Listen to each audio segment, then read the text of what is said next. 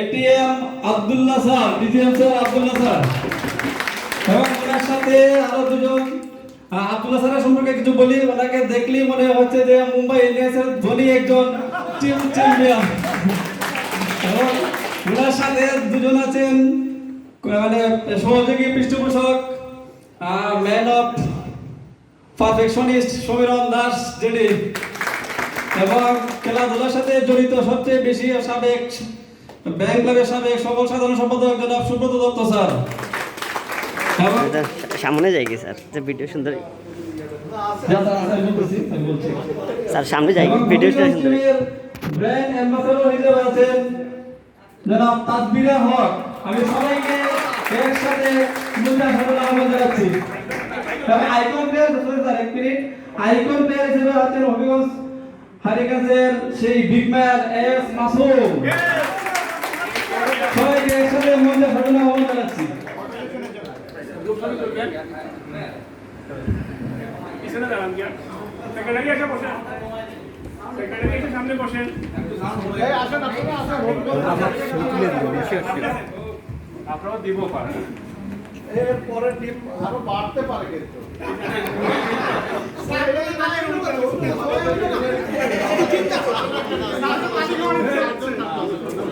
কইলো মাত্র সাইমন তা বল দাও কে টিমটাকে না গেল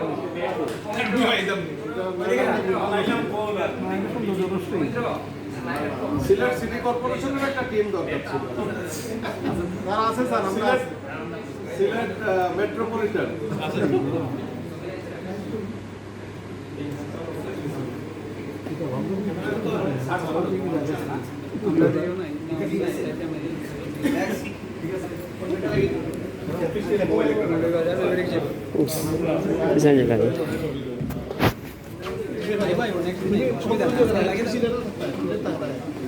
এবারে অ্যালফাবেটিক্যালি চিন্তা করলে আসলে আমরা যে নামটি পাবো সেটা হচ্ছে মৌলভীবাজার ম্যাভেরিক্স। মৌলভীবাজার ম্যাভেরিক্সের প্রধান পৃষ্ঠপোষক হিসেবে আছেন, পৃষ্ঠপোষকদের মধ্যে একমাত্র প্লেয়ার মানে খেলোয়াড় যিনি নিজেকে এখনো তরুণ প্লেয়ার মনে করেন, জনাব নিত্যরঞ্জন দত্ত স্যার। এবং স্যারের টিমে আইকন প্লেয়ার হিসেবে আছেন জনাব রনি দে।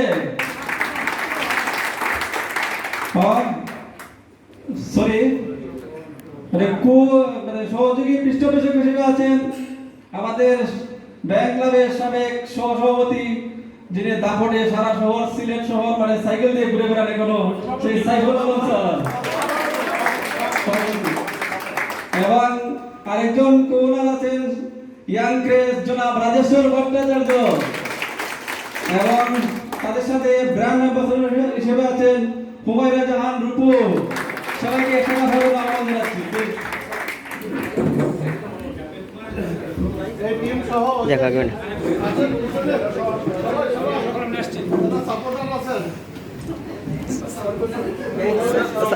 সাপোর্টার পরে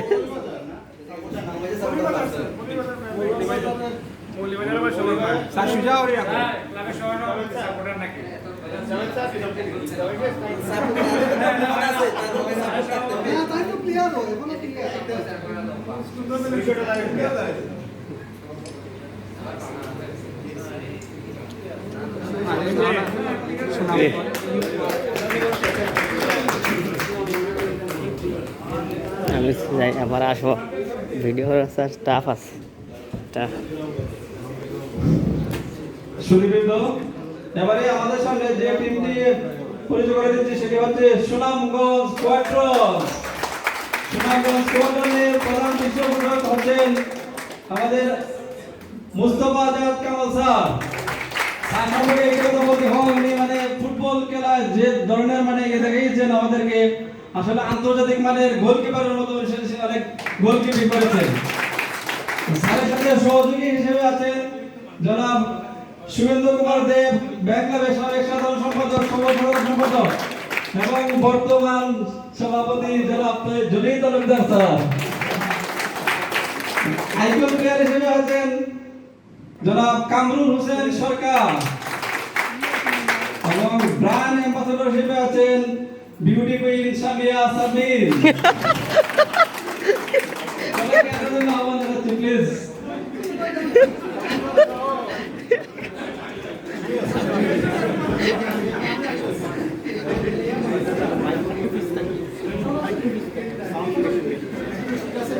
সেটি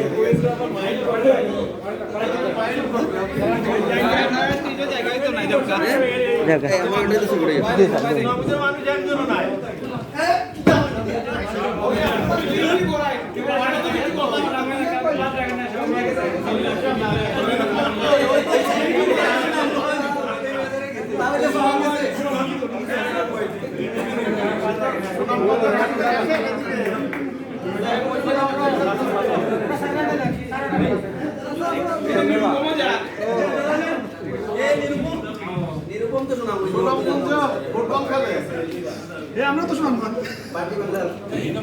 সিলেটি কেউ না বুঝছো নি? ঠিক আছে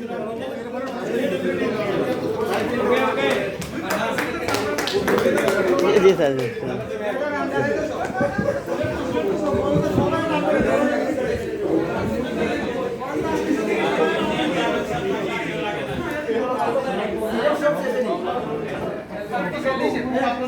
সুদীর্ঘ সবাই যার যার জায়গায় বসে পড়েন।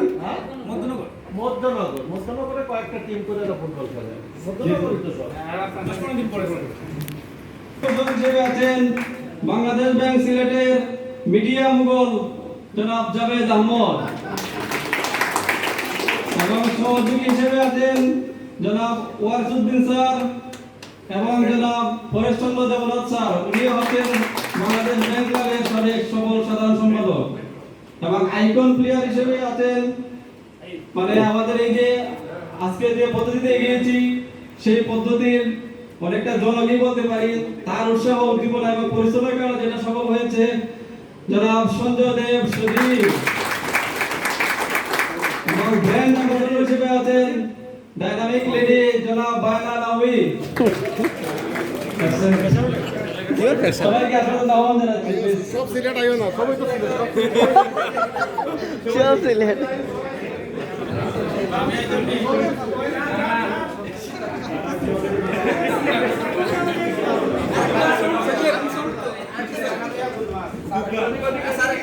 একটু দিকে দিক আলিনি ওদিকে যাও ওদিকে যাও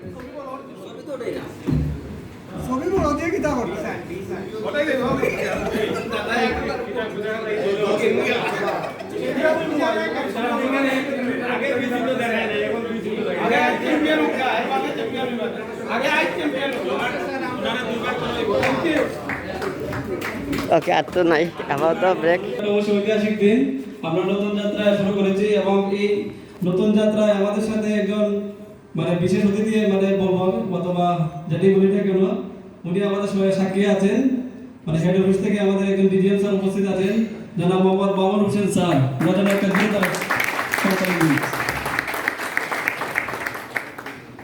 এবারে আমরা সরাসরি আসলে আমরা অনুষ্ঠান শেষের দিকে যাব মানে পরবর্তী যে বিডিং আছে এটা আমাদের মেইন আকর্ষণ। এবারে আমরা স্বাগত বক্তৃতা দিকে এগিয়ে যাব। আসলে আমাদের ব্যাংক ক্লাবের যে কোনো কাজে সবচেয়ে বেশি তিনি উৎসাহ উদ্দীপনা দিয়ে দেখেন যে কোনো কাজে বলে আমি আছি আগান আপনারা। এবং স্যারের যে ইন্সপিরেশন দেখেছি ফুটবল খেলায় উনি মানে টিম সুপারভিশনের কাজ মানে একটা দুর্বল টিমই ছিল স্যারের উৎসাহ উদ্দীপনায় যেভাবে দেখিয়ে দেন এই আমার সুপারভিশন টিম এইভাবে যখন দেখিয়ে দেন দেখা যায় সুপারভিশন টিম অনেক স্ট্রং হয়ে গেছে এবং ব্যাংকিং দলকে মানে সফলভাবে মোকাবেলা করেছে স্যারের উৎসাহ এবং উদ্দীপনায়। আমি আমাদের শ্রদ্ধেয় স্যার জনাব মোহাম্মদ সিরাজুল ইসলাম স্যারকে তার স্বাগত বক্তব্য নিয়ে আসার জন্য অনুরোধ জানাচ্ছি প্লিজ স্যার।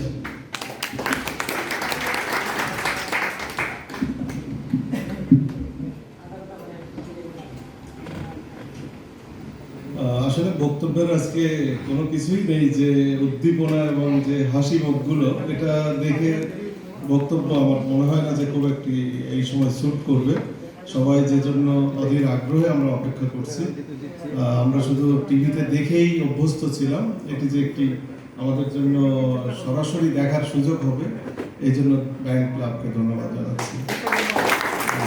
আজকে এই মিটিংয়ে উপস্থিত বাংলাদেশ ব্যাংক সিলেট অফিসের মাননীয় প্রধান নির্বাহী পরিচালক মোহাম্মদ খুরশিদ আলম স্যার, ব্যাংক ক্লাবের এখনো সুপারিশ লাগিয়েছেন। অনুষ্ঠানের সভাপতি, উপস্থিত ক্লাবের কর্মকর্তাবৃন্দ এবং বাংলাদেশ ব্যাংক সিলেট অফিসের সর্বস্তরের কর্মকর্তা কর্মচারীবৃন্দ, শুভ সন্ধ্যা, আসসালামু আলাইকুম। আমার খুবই ভালো লাগছে। আমি গতকালকে বা পরশুদিন থেকে এই খবরটি যখন পেয়েছি এবং আমার বোর্ডেও লেখা আছে মিটিং এর কথা, আমি বারবার তাকাচ্ছিলাম 6টা বাজার পরে কেউ আসছে না। আমি একটু মন খারাপ নিয়েই ছিলাম যে 6টা বেজে গেল এখনো কেউ আসছে না, কারণ কি? তার মধ্যেই প্রায় 6:30টার দিকে আমার আপনাদের ক্লাবের সভাপতি এবং সেক্রেটারি মহোদয় এসেছেন।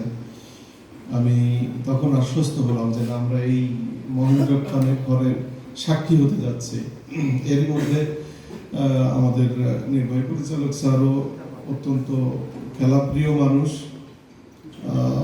ব্যস্ততার কারণে গত কয়েকটি খেলায় উনি উপস্থিত থাকতে পারেননি। আশা করি ভবিষ্যতে যে খেলাগুলো হবে এগুলোতে স্যার সময় দিবেন।